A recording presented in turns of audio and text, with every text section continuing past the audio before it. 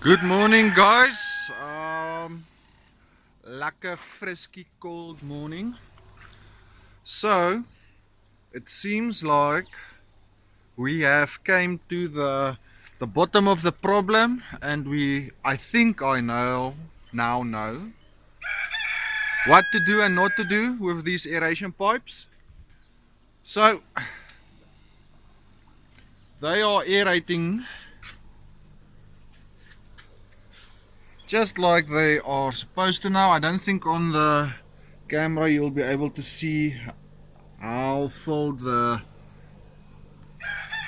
water is with micro bubbles, all the foaming. That's because of the super fine bubbling, and that is exactly what we want. And it seems to be that that Matala hose needs to be dry when you start aerating and put it in. When it's in, it can become wet, but it mustn't be soaked, because when it's soaked, it just doesn't let through the air. But if it's dry and you start aerating, it aerates with no issue.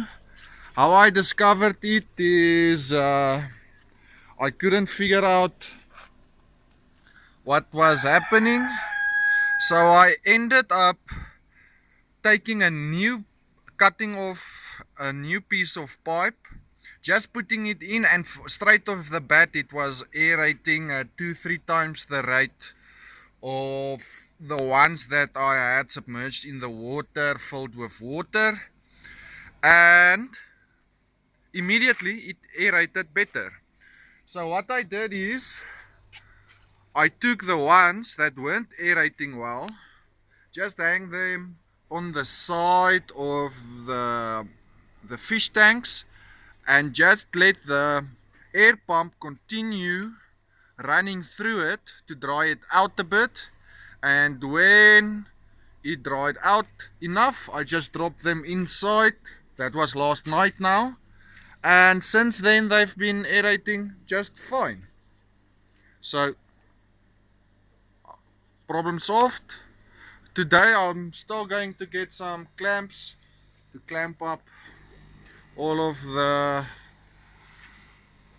elbows, just to make sure we don't lose unnecessary pressure.